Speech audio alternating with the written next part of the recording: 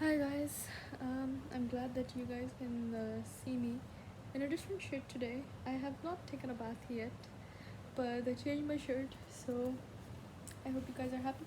Today is 10th September 2020, and a lot had happened spiritually, you could say. I woke up around 3 or 4 a.m. and I was feeling really sad and depressed. I don't know why, but I was feeling that way. And then when we went out mm, for my driving class, I didn't feel like reading the Quran. I didn't feel like being positive. I just used Instagram, and I was just feeling sad. I don't remember why, but I was. And my teacher came, sat in the car, and we went to the park. Okay. And initially, I just felt so sad, and I was like, but the moment I went into sajda, that very first sajda, and instantly I just felt like at peace. Like I just can't explain it, but there was just like in sajda, and all of a sudden it felt like all my problems are just gone, all my feelings are just gone, and that Allah is there. And it's like my mom says that Allah is like, a mother to whom the crying child comes, and the moment the mother hugs the child, then the child feels happy and at peace and safe. That's what I felt.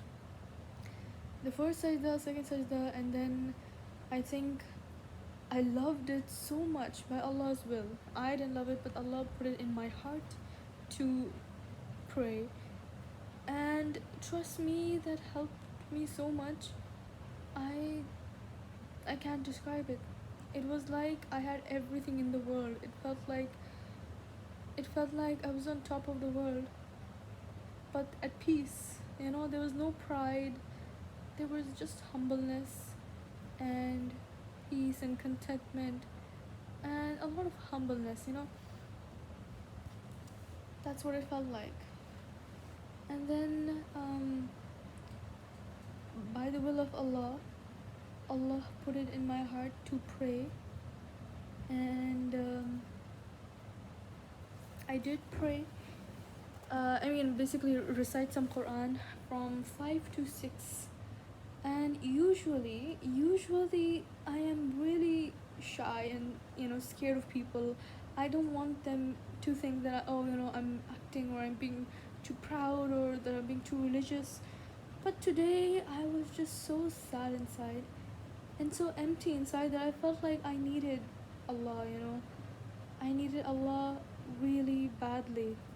And there was, to the extent that I felt desperate, to the extent that all of a sudden nothing else in the world mattered except having Allah in my life. And I didn't care about what other people would think. In fact, I recited the Quran by Allah's will. By Allah's will, Allah put it in my heart to recite it out loud. Like, usually I just try to go somewhere else and then recite it alone or something. But today I was with people, and Allah gave me confidence to recite it in front of people. And there's just this melody, that the voice, the sound vibration, that just make you feel so at peace. And then by 6 o'clock, I think I wrote this letter to Allah in this book of mine, and I'll read it out to you because I don't know if I will have this forever. But 10th September 2020. Dearest Allah, it's 6 a.m. almost. I just wanted. Should I read my glasses? I don't have my glasses. Okay. I just wanted to tell you that I was feeling sad. It seems to me that all the people once close to me are now far away, but perhaps it's for the best. We have to change along with the seasons. Usually I would tell you to fix my problems, but today I won't. I would rather you keep me in sadness if it means that I shall permanently change into a better Muslim with a better faith. All I want now is faith and Iman, because I've realized that without it, every luxury is a burden and every problem is a calamity. Ya Allah, usually I'm so shy and self conscious of people around me and their valuable opinion of me, but today my sadness inside has led me to forfeit all of that and simply be myself. Just you and I, Ya Allah. Ya Allah, I don't ask you to fix my problems. Rather, I ask you to fix me, to change my habits and thoughts that cause me so much grief. I want you to change me, Ya Allah, and give me faith and belief, because without it, I've lived a soulless life. Without it, I've tried every remedy in this world, but little did it do to help. Now I surrender my will to you, Ya Allah. Even if I receive a lot of sadness, I wouldn't mind, as long as you would give me faith. Oh Allah, this was all how you had willed. I am in no control of life and nor of people. O Allah, guide me and keep me on the straight path. Verily, I cannot read or pray or be pious without your will and might. Ya Allah, looking back, I feel immensely ashamed that I strayed away. But Ya Allah, only you can give me faith. Forgive this sinner's sins. Forgive me, because without your mercy, I am surely at loss. Nothing in this world matters more to the depressed soul than peace and contentment, and that peace is found only through Allah and by faith. Help me and guide me, O Allah. USJ. So this is what I'd written, and I guess I realized that you can have all the luxuries in this world, you can have every single thing, but you can still feel unhappy if you don't have faith or Allah. Usually I would always tell Allah to give me this, give me that, fix this, fix that. Oh, I want this, and whenever I would get it, then there would be something else that I would need, something else that would fulfill me, something far away that's not with me right now. But today, I guess I realized that the problem is not in my external surroundings, which I keep blaming. Perhaps the problem is inside me and my mindset. So that's what I thought, that now I don't want to fix anyone else. I don't want to change anyone else. Rather, I want to fix myself and my mind. Because what used to work for me 3-4 years ago doesn't work anymore, because my circumstances and life has changed, and I need to change with it instead of trying to get back to the old life that I have. I need to wake up and listen to the music and change myself. How to do that? Yet to find out, but there are a couple of lessons which I believe that one should incorporate into their life. One is sabr, and the other is shukr. Sabr is patience when something bad befalls you. You should be patient and consider it as the will of Allah, because it is written in your fate, in your life. So you need to be patient, because there is reward for this patience, and in your life you are bound to have struggles and problems. The second thing is shukr.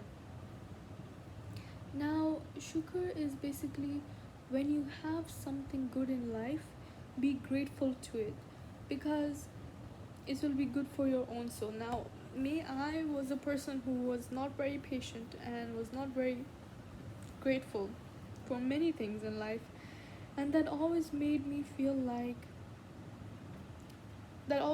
terrible and sad.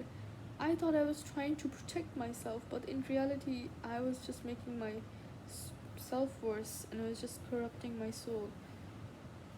Because today I think in this book I read that gratitude is something which is to be cultivated. You can't just be born with, the quality of being thankful and grateful. You need to practice and incorporate it into your life, the habit of gratitude, so that when something bad even happens to you, you can still be grateful.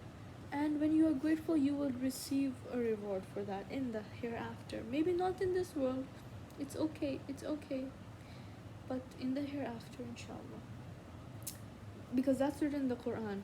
So, anyways, so you need to cultivate gratitude, and you can't expect other people to be grateful because then you would never really feel happy. So you need to expect that other people will be ungrateful. That's okay, that's human nature. It's totally fine. And at the same time, you need to have the art of giving, okay? The joy of giving, and you need to cultivate the feeling of being grateful. Because when you are grateful, it makes you instantly feel better and feel like you love everything around the world. So today I made a list of things which I could be grateful for, and I realized that the reason why I never was thankful for all these things because I had taken them for granted. I felt like I had deserved this or that it will always be there in my life. So that's why I felt like I didn't need to be thankful for it. But now that I look at it, all of these worldly things that I have in my life is by Allah's will, and it is like a loan from Allah, and He can take it away whenever He wants, you know. So for that, you need to be patient, and while you have it, you need to be thankful, and when you don't have it, you need to be patient with Allah. Because it is a test. It is a test when something good happens to you, and it is a test when something bad happens to you. And the the reason why I am telling you this is because I think I read it somewhere in the Quran or something, some translation. But anyways, I made a list of things to be grateful about, and the first one is getting an education, then a home, family, safety and security, eyes, health, clothes, religion, support, a sane mind, and then I kind of ran out of things to be thankful about, but those were instant ones. So yeah, then I had my drive. Okay, so now coming back to my day, from 7 to 8, I had my driving class. Kind of, Alhamdulillah, it was. I'm glad that I was able to do well. Was There was still there is room for improvement and room for practice and confidence, something which I really need, because I realized that driving is not a physical thing, it's more mental rather than physical. So if I can learn to train my mind and control my mind, then I can ultimately control myself, my reactions and my feelings and emotions and my life to some extent. So things, they happen to us, but how we react shows how we are, how well groomed we are, how well equipped we are. So what we need to prepare for, even in the time when there is no distress, no imminent problem, you need to prepare for the time when there shall be difficulty. You need to prepare for like, for example, like the war, and you need to be internally, you need to master yourself and be aware of who you are, what you like and dislike, and at the same time how you can fix things. So that's one thing. Then after my driving class, came home at Alhamdulillah, came home at 10, and I was really grateful because we had food. And then now it's 12, and I'm quite sleepy. So yeah, I'm really sleepy. I will see you later. Okay.